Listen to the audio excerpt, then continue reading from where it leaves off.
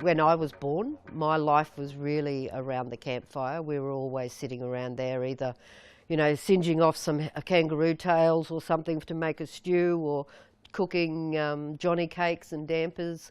So my life from a very early age of around 4 was around that campfire and helping Mum and Dad cook. I was born in a little place called Durrumbandi, and I'm a Cooma-Gamilaroi woman. I've lived there up until I was about 2 or 3 years old, and then moved around in various parts of the country. On my grandfather's side, my totem is an emu, and on my grandmother's side, it is the possum. My mum is from here. She was born in Gympie. Mum went to Durrumbandi, and that's where she met Dad in the late 1950s. From then on, the rest is history. I believe bush tucker is everyone's business because we live in Australia, and we need to embrace what is naturally grown here.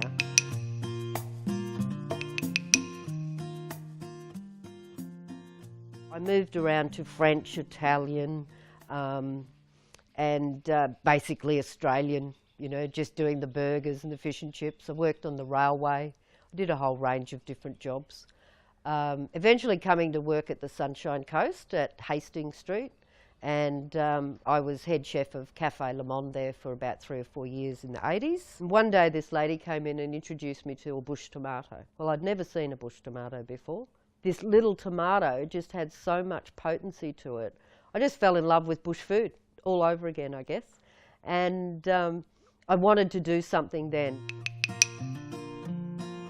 For me, it was about giving something back to community. Meeting with my elders and other elders around the community, they'd given me a lot of knowledge and a lot of different skills that I could share. When I started my business, the Dilly Bag, it was basically to employ Indigenous people and to start an education process, not just for non-Indigenous people, but for Aboriginal people.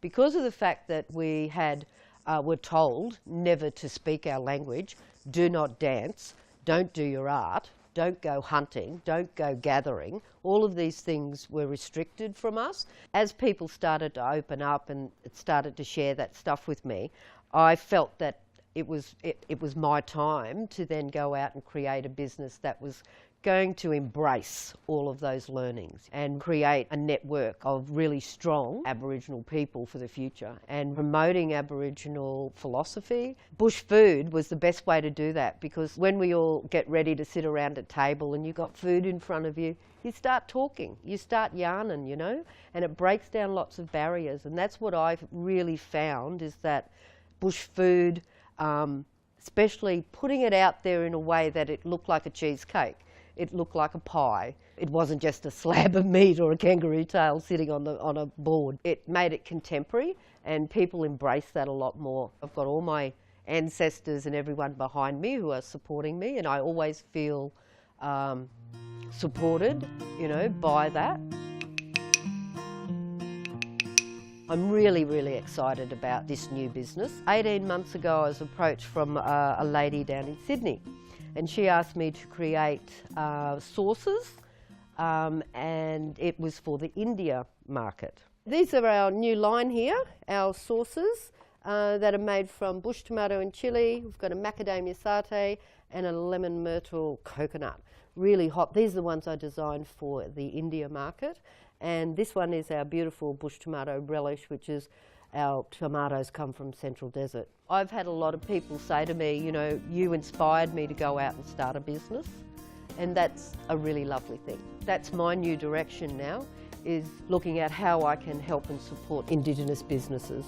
Being introduced to that tiny little tomato, for me, it's been a really wonderful life journey, and it's taken me in a whole range of different places.